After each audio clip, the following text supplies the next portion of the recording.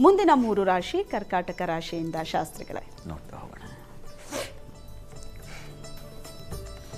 ಕರ್ಕಾಟಕ ರಾಶಿಯವರಿಗೆ ರಾಶ್ಯಾಧಿಪತಿ ಚಂದ್ರ ಅವನು ಕರ್ಮಸ್ಥಾನದಲ್ಲಿದ್ದಾನೆ, ಚೆನ್ನಾಗಿದೆ. ಕರ್ಮಸ್ಥಾನದಲ್ಲಿ ಚಂದ್ರ ಪಕ್ಷದ ಬಲ ಸಹಿತನಾಗಿದ್ದರೆ ಕಾರ್ಯಸಿದ್ಧಿಯನ್ನು ಹೇಳಿದೆ. ಹೀಗಾಗಿ ಕೃಷಿ ಕಾರ್ಯಗಳು ಅಥವಾ ಹೋಟೆಲ್ ಕಾರ್ಯಗಳಾಗಬಹುದು ಅಥವಾ ಕ್ಷೀರ ಸಂಬಂಧಿಸಿದಂಥ ಕಾರ್ಯಗಳು ಇವೆಲ್ಲ ತುಂಬ ಚೆನ್ನಾಗಿರುತ್ತೆ. ಹೆಣ್ಣು ಮಕ್ಕಳಿಗೆ ಅಧಿಕಾರದ ಬಲ ಬರತಕ್ಕಂಥದ್ದು ಇದೆಲ್ಲ ತುಂಬ ಚೆನ್ನಾಗಿದೆ. ಹೀಗಾಗಿ ಕಾರ್ಯಗಳಲ್ಲಿ ಗೆಲುವು, ಸ್ತ್ರೀಯರಿಗೆ ಗೆಲುವನ್ನು ಸಿಗ್ತಕ್ಕಂಥದ್ದು ಇದೆಲ್ಲ ಚೆನ್ನಾಗಿದೆ. ದಾಂಪತ್ಯ ಸ್ವಲ್ಪ ಕಲಹದ ವಾತಾವರಣ ಸೂಚಿಸ್ತಾ ಇದೆ. ಅನ್ಯರ ಕಾರ್ಯಗಳಿಗೆ, ಮತ್ತೊಬ್ಬರ ಕಾರ್ಯಗಳಿಗಾಗಿ ಓಡಾಟ ಇವುಗಳನ್ನು ಸೂಚಿಸ್ತಾ ಇದೆ. ಇದಕ್ಕಾಗಿ ಸ್ವಲ್ಪ ಹಲದಾಡಬೇಕಾದ ಪರಿಸ್ಥಿತಿ ಬರಬಹುದು. ಅದರ ಹೊರತಾಗಿ ವ್ಯಾಪಾರಿಗಳಿಗೆಲ್ಲ ತುಂಬ ಚೆನ್ನಾಗಿದೆ. ಈ ಐರನ್ ರಿಲೇಟೆಡ್ ಆಗಿರಬಹುದು ಅಥವಾ ಬೆಂಕಿ, ಅಗ್ನಿ ಸಂಬಂಧಿ, ಫೈರ್ ರಿಲೇಟೆಡ್ ಅಂತೀವಲ್ಲ, ಅವುಗಳಿಗೆ ಸಂಬಂಧಿಸಿರ್ತಕ್ಕಂಥ ಕ್ಷೇತ್ರಗಳಲ್ಲೆಲ್ಲ ತುಂಬ ಲಾಭ, ವ್ಯವಹಾರಗಳಲ್ಲಿ ಹೆಚ್ಚಿನ ಲಾಭ, ಅನುಕೂಲ ಇದೆಲ್ಲ ತುಂಬ ಚೆನ್ನಾಗಿದೆ ವಾರದಾದಿಯಲ್ಲಿ. ಮುಖ್ಯವಾಗಿ ಕೆಲಸ ಕಾರ್ಯಗಳ ಅನುಕೂಲ ಉಂಟಾಗುತ್ತೆ, ಆತಂಕ ಬೇಡ. ಇನ್ನು ಅಂತ್ಯದಲ್ಲಿ ನೋಡೋಣ. ಕರ್ಕಾಟಕ ರಾಶಿಯವರಿಗೆ ವಾರಾಂತ್ಯದಲ್ಲಿ ಸ್ವಲ್ಪ ಹೆಚ್ಚಿನ ವ್ಯಯ, ಸ್ತ್ರೀ ಪುರುಷರಲ್ಲಿ ಪರಸ್ಪರ ವ್ಯಯ, ಇಷ್ಟ ವಸ್ತು ಖರೀದಿಗಾಗಿ ಸ್ವಲ್ಪ ಹೆಚ್ಚಿನ ಹಣ ಕಳ್ಕೊಂಡ್ಬಿಡ್ತಕ್ಕಂಥದ್ದು ಇದನ್ನೆಲ್ಲ ಸೂಚಿಸ್ತಾ ಇದೆ. ಹೀಗಾಗಿ ಸ್ವಲ್ಪ ಗಮನ ಇರಲಿ. ಅದು ಇಷ್ಟಪಟ್ಟೇ ಖರೀದಿ ಮಾಡ್ತಕ್ಕಂಥದ್ದಾಗುತ್ತೆ, ಆ ರೀತಿಯ ಸಂದರ್ಭಗಳು ಬರುತ್ತೆ. ದಾಂಪತ್ಯ ಸ್ವಲ್ಪ ಮನಸ್ತಾಪಗಳು, ವೃತ್ತಿಯಲ್ಲಿ ಅನುಕೂಲ ಇತ್ಯಾದಿ ಎಲ್ಲ ಚೆನ್ನಾಗೇ ಇದೆ, ಆತಂಕ ಬೇಡ. ಕೆಲಸ ಕಾರ್ಯಗಳು ತುಂಬ ಚೆನ್ನಾಗಿರಬೇಕು. ಅಲ್ಲಿ ಚೆನ್ನಾಗಿದ್ದರೆ ಇನ್ನು ಬೇರೆದೆಲ್ಲ ಸ್ವಲ್ಪ ಸಹಿಸಿಕೊಳ್ಬಹುದು. ಖರ್ಚು ಮತ್ತೊಂದು ಇದ್ದರೆ, ಕೆಲಸ ಇದ್ದರೆ ಸಂಪಾದಿಸ್ತೀನಿ ಅಂತಕ್ಕಂಥ ಒಂದು ಧೈರ್ಯ ಇರುತ್ತಲ್ವ, ಆ ರೀತಿಯಲ್ಲೆಲ್ಲ ತುಂಬ ಚೆನ್ನಾಗಿದೆ. ಹೀಗಾಗಿ ಆತಂಕ ಬೇಡ. ಸ್ವಲ್ಪ ವ್ಯಯದ ಕಡೆ ಗಮನ ಕೊಡಿ, ಜಾಸ್ತಿಯ ವ್ಯಯ ಸೂಚಿಸ್ತಾ ಇದೆ. ಹೀಗಾಗಿ ಇಷ್ಟ ಆಯಿತು ಅಂಥೇಳಿ ಇರೋ ಬರೋದೆಲ್ಲ ಖರ್ಚು ಮಾಡಿಕೊಂಡು ಕ್ರೆಡಿಟ್ ಕಾರ್ಡೆಲ್ಲ ಹಾಳು ಮಾಡ್ಕೊಂಡ್ಬಿಟ್ರೆ ಆಮೇಲೆ ಕಷ್ಟ ಆಗುತ್ತೆ ನಿಮಗೆ, ಆ ರೀತಿಯಲ್ಲಿ ಇದೆ ಸೂಚಿಸ್ತಾ ಇದೆ. ಹುಷಾರು. ಇದಕ್ಕೆ ಪರಿಹಾರ ಏನಪ್ಪ ಅಂತಂದರೆ ಮಹಾಲಕ್ಷ್ಮಿ ಪ್ರಾರ್ಥನೆ ಮಾಡ್ಕೊಳ್ಳಿ, ಅದು ತುಂಬ ಅನುಕೂಲ ಆಗುತ್ತೆ. ಇನ್ನು ಸಿಂಹರಾಶಿಗೆ ಹೋಗೋಣ. ಸಿಂಹರಾಶಿಯವರಿಗೆ ವಾರದಾದಿಯಲ್ಲಿ ದೇವ ಶುಭ ಕಾರ್ಯಗಳಲ್ಲಿ ಭಾಗಿಯಾಗ್ತೀರಾ. ವೃತ್ತಿಯಲ್ಲಿ ಅನುಕೂಲ, ಶೌರ್ಯ, ಸಾಹಸ ಇದೆಲ್ಲ ಚೆನ್ನಾಗಿದೆ.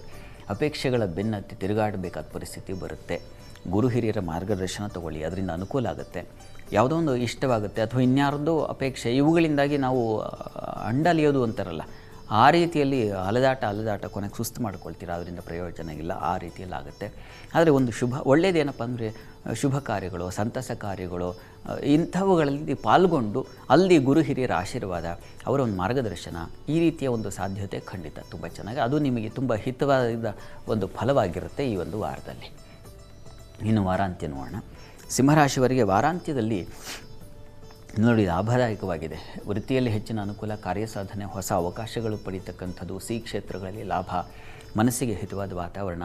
ಗುರುಚಂದ್ರರ ಲಾಭದಲ್ಲಿದ್ದಾಗ ತುಂಬ ಒಳ್ಳೆಯ ಫಲವನ್ನು, ಹಿರಿಯರಿಂದ ಅನುಕೂಲ ಆಗಬಹುದು, ಸಿಹಿ ಪದಾರ್ಥಗಳ ವ್ಯಾಪಾರ ಆಗಬಹುದು, ಹೋಟೆಲ್ ಇಂಡಸ್ಟ್ರಿ ಆಗಬಹುದು, ಈ ರೀತಿಯಲ್ಲೆಲ್ಲ ತುಂಬ ಚೆನ್ನಾಗಿದೆ. ಮತ್ತು ಅಷ್ಟೇ ಅಲ್ಲ, ಶಿಕ್ಷಣ ಕ್ಷೇತ್ರ, ಚಂದ್ರನೂ ಬುದ್ಧಿವಂತ, ಗುರು ಬುದ್ಧಿವಂತನಿಗೆ ಪಾಠ ಹೇಳ್ಕೊಟ್ಟಂಥವನಲ್ವ, ಇಬ್ಬರು ಒಟ್ಟಾಗಿದ್ದಾಗ ಜಾಣ್ಮೆಯಿಂದ ಕೌಶಲ್ಯಗಳನ್ನು ಹೆಣೆದು ಅಲ್ಲಿ ಲಾಭ ಗಳಿಸಲಿಕ್ಕೆ ಏನು ಮಾಡಬಹುದು ಅಂತ, ಆ ರೀತಿಯಲ್ಲಿ. ಮತ್ತು ಶಿಕ್ಷಣ ಕ್ಷೇತ್ರಗಳಲ್ಲಿ ಅಧ್ಯಯನ, ಸಂಶೋಧನೆ, ಪಾಠ ಪ್ರವಚನ ಇಂಥವುಗಳಿಗೆಲ್ಲ ತುಂಬ ಮಾರ್ಗದರ್ಶನವಾಗುತ್ತೆ. ಗುರುವಿನ ಚಂದ್ರನ ಸ್ಥಿತಿ ತುಂಬ ಚೆನ್ನಾಗಿದೆ.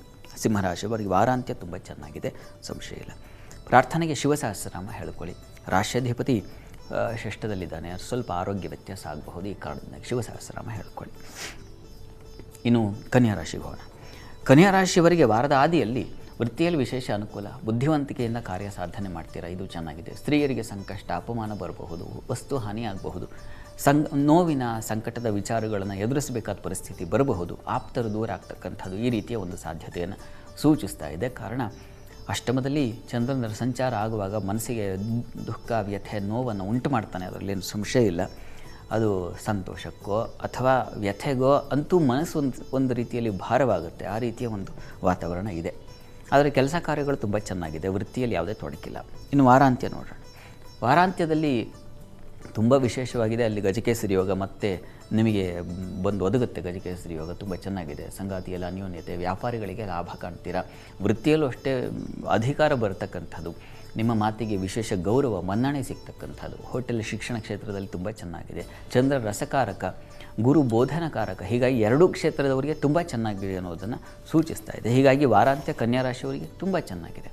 ಹೊಸ ಹೊಸ ಆಲೋಚನೆಗಳು, ಹೊಸ ಕೆಲಸಗಳಿಗೆ ತೊಡಗ್ತಕ್ಕಂಥದ್ದು, ಬುದ್ಧಿಯೇ ಹೊಸದಾಗಿ ಹೊಳೆಯುತ್ತೆ, ಏನೋ ಇದು ಹೊಳೆದಿದೆ, ಈ ವಾರ ಮಾಡಬಹುದಾ ಅಂತ, ಈ ರೀತಿಯ ಆಲೋಚನೆ ಇದೆಲ್ಲ ಬರುತ್ತೆ, ತುಂಬ ಚೆನ್ನಾಗಿದೆ.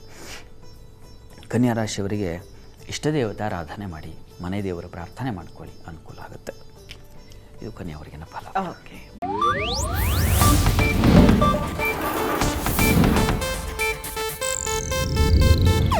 ಇದು ಏಷ್ಯಾನೆಟ್ ನ್ಯೂಸ್ ನೆಟ್ವರ್ಕ್ ಪ್ರಸ್ತುತಿ.